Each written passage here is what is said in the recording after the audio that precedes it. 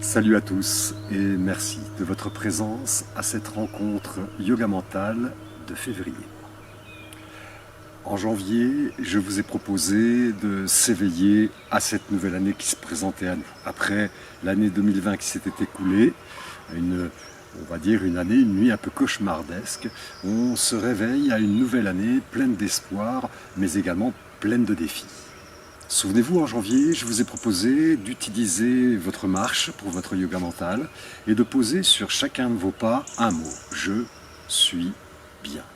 Au mois de février, nous allons garder un petit peu cet état d'esprit et on va essayer d'observer ce qui se passe pendant ce mois de février et utiliser et mettre en place les attitudes qui vont correspondre. En février, les jours rallongent, la luminosité devient un tout petit peu plus présente. Si on y est attentif, les oiseaux reviennent le matin et on entend à nouveau leur chant. En quelque sorte, ce mois de février, c'est, on va dire, un frisson qui nous indique que le printemps arrive. Des températures en journée qui sont un petit peu plus sympathiques. C'est un des mois les plus froids de l'année, mais pour autant, en journée, grâce à une luminosité sympathique, eh bien, on va avoir des journées, je dirais, post-printanières. On peut le remarquer à travers l'activité des végétaux. Certains d'entre eux vont commencer à sortir de terre. Je dis bien certains d'entre eux, pas tous. La grande majorité reste encore en sommeil, se prépare pour le réveil. Mais malgré tout, il y en a quelques-uns qui commencent à apparaître, à l'image de cette superbe fleur qui pousse verticale. Chaque fois qu'un végétal va sortir, la majorité des végétaux sur cette terre vont rechercher le soleil.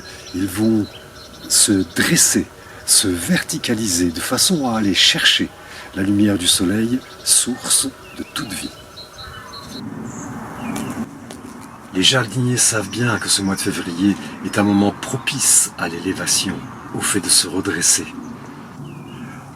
En serre, à l'abri bien sûr, on prépare des semis, et puis on peut directement planter dans notre jardin des fèves ou des pois qui vont pouvoir petit à petit envahir le pied de vos arbres. On va donc utiliser ce frémissement de la nature pour commencer à nous redresser. On va suivre un petit peu le même chemin que les végétaux qui commencent à sortir de terre, qui cherchent la lumière. On va se redresser de façon à aller nous aussi capter la lumière du soleil. C'est un concept bien sûr, lumière du soleil qui nous réchauffera et qui peut-être nous apportera un petit peu de lumière dans ce mental parfois tourmenté. Pour se redresser, alors vous allez me dire, là c'est physique, on fait du yoga. Non, enfin oui, on fait du yoga, mais la présence mentale est totalement nécessaire pour pouvoir redresser le dos. Redresser le dos, ça va avoir plusieurs avantages. D'abord, c'est le meilleur antidépresseur naturel. Chaque fois que l'on va commencer à avoir des pensées négatives, on va s'arrondir, on va regarder le sol en marchant, et puis on va marronner dans notre tête et se répéter moult fois les mêmes choses. Un être humain génère approximativement 26 000 pensées par jour. Ce soir, juste avant de vous endormir, essayez de vous rappeler à toutes ces pensées qui se sont bousculées dans votre tête et vous verrez que la grande majorité aura totalement disparu, n'avait aucun intérêt en quelque sorte. Donc de façon à calmer un petit peu cette agitation mentale, se redresser, se tenir droit. Ça va avoir également pour effet de renforcer tranquillement notre dos. Souvent, cette attitude penchée en avant, quand on travaille, quand on fait de l'ordinateur, quand on fait son jardin, on est toujours un petit peu penché vers l'avant, fait qu'on va mettre des mauvaises habitudes et puis créer des tensions dans ce dos. Le fait de se redresser sans effort va permettre petit à petit d'amener notre conscience dans le dos et petit à petit de relâcher certaines tensions, certaines crispations. Donc on peut retrouver un petit peu de confort simplement en se redressant. Pour se redresser, on va d'abord détendre les épaules. Mais détendre les épaules, ça veut dire les laisser tomber vers le sol, mais sans les pousser. On relâche totalement. On va essayer également, je vous invite à faire une petite observation, c'est que souvent, on a les fesses crispées dans tout ce que l'on fait, dans notre marche, dans notre travail, on a les fesses crispées. Donc on va essayer de détendre également les fessiers, relâcher les épaules, décrisper les fessiers.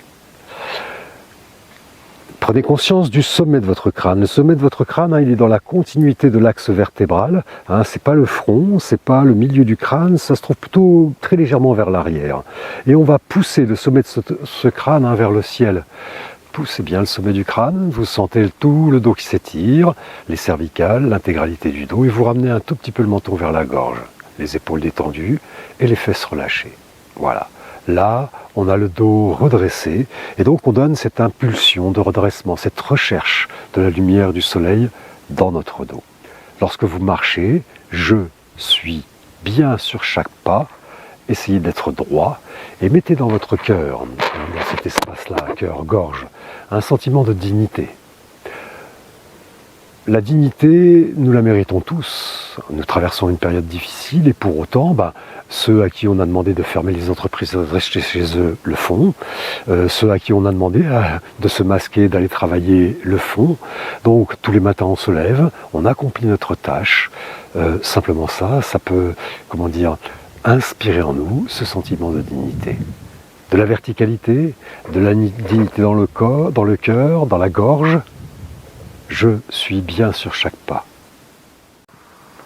Le deuxième élément que nous allons ajouter à cette pratique de février, c'est notre regard.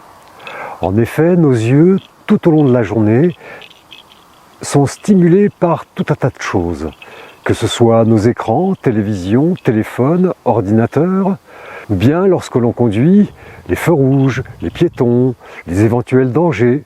Même lorsque l'on marche dans la rue, les vitrines attirent sans cesse notre regard. Au plus notre regard va être agité, et au plus de nouvelles pensées vont venir nous parasiter. Très difficile dans ces conditions d'être centré dans notre instant présent. Lorsque vous entamez votre promenade, le dos droit, je vais bien, essayez de trouver un point vers l'horizon, pas trop loin, quelque chose qui puisse vous guider.